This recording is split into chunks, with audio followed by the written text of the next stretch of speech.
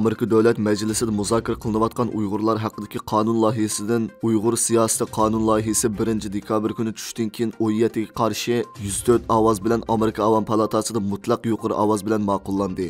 Bu qonun loyihasini 2022-yilda 7-aprel kuni Amerika Kengash palatasining a'zosi Marco Rubio, Avam palatasining a'zosi Yang Kim va Ami Bira qatorliqlar Amerika Davlat Majlisida tonishtirgan.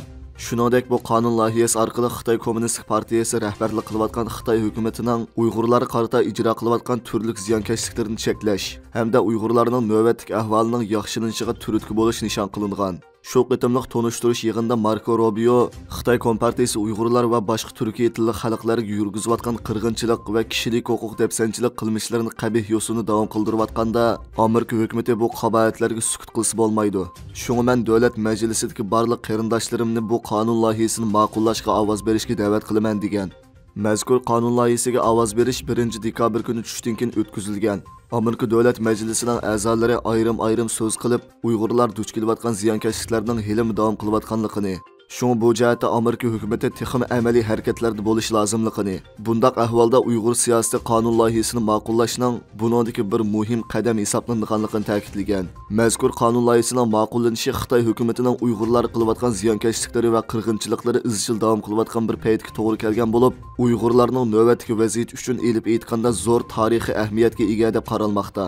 Texmi muhimi, bu qonun loyihasi Uyg'urlar haqida ma'qullangan ilgirki qonunlardan kuchli yo'sinda o'ttirg'i chiqib, Amerika hukumati va Tashqi ishlar ministrligini Uyg'urlar haqida bir qator amaliy harakatlarni qilishga majburlaydi ekan.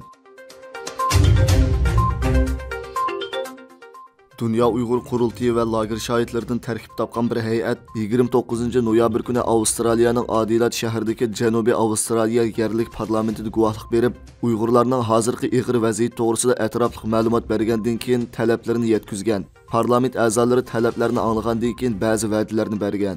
Avstraliya Uyg'ur jamiyati, Dünya Uyg'ur Qurultiyi va Avstraliya Tangirtaq xonim-qizlar jamiyati birlikda uyushtirgan Janubiy Avstraliya shtatlik parlamentida o'tkazilgan guvohlik berish yig'inida lager shohidlaridan Qalbinur Sidiq va Umar Bakali guvohlik bergandan sirt Zumratay Erkin Uyg'urlarning hozirgi ig'ir vaziyati va Uyg'ur davosining navbatdagi yuzlanishi to'g'risida ma'lumot bergan.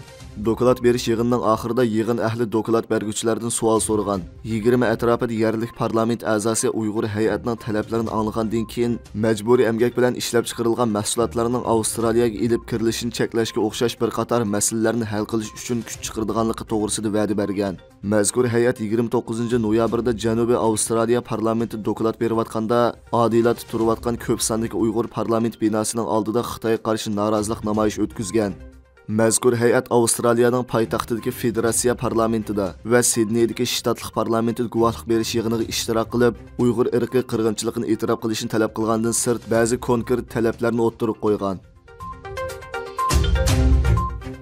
1-dekabr kuni Amerika Demokratlar partiyasi va Cumhuriyetchilar partiyasidagi 42 Kengash palata a'zosi Xitoyning davlat ishidagi namoyishni zo'rlik bilan bostirmaslikka ogohlantirib, buning Amerika-Xitoy munosabatiga g'oyat zo'r ziyon elib kelganligini aytgan. Demokratlar partiyasining Kengash palata a'zosi Merkli, Cumhuriyetchilar partiyasining Kengash palata a'zosi McConnell va Sullivan rahbarligidagi 42 Kengash palata a'zosi Xitoyning Washingtonda turishlik bosh elchisi Chinganga yozgan xatida o'zlarining Xitoydagi namoyishga yaqindan diqqat qilayotganligini bayon qilib, Xitoyning namoyishga bo'lgan inkosini yaqindan kuzatayotganligini, 1989-yili Bejingning o'quvchilar namoyishini zo'ravonlik bilan bostirib, necha minglagan kishining o'lishini keltirib chiqarganligini, hozirgi texnik ko'p erkinlikni xohlaydigan tinch Xitoy namoyishchilari qartilgan yana bir qitimli qattiq bostirish qarshi Xitoyni eng kuchli shart bilan ogohlantirganligini, agar bostirish yuz bersa, Amerika-Xitoy munosabatiga ig'ir oqibatlarni elib kelganligini hamda nurg'un ziyonlarni keltiradiganligini ta'kidlagan ekan.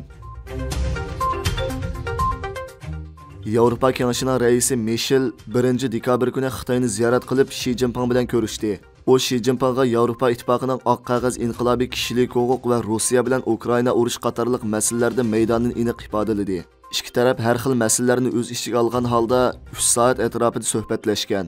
Axborot e'lon qilish yig'inida Yevropa Kengashining raisi Mishel Shi Jinping bilan yaqinda oq qog'oz harakatining Xitoy miqyosida elib berilgan namoyish to'lqini to'g'risida suhbatlashganligini bildirib, Yevropa ittifoqi nisbatan kishilarning yig'ilish huquqi qonuniy cheklash kuchiga ega xalqaro hujjatlar, shundaqla davlat asosiy qonunlar tarafidan kafolatiga ega qilingan muhim asosiy huquq ekanligini ta'kidlagan.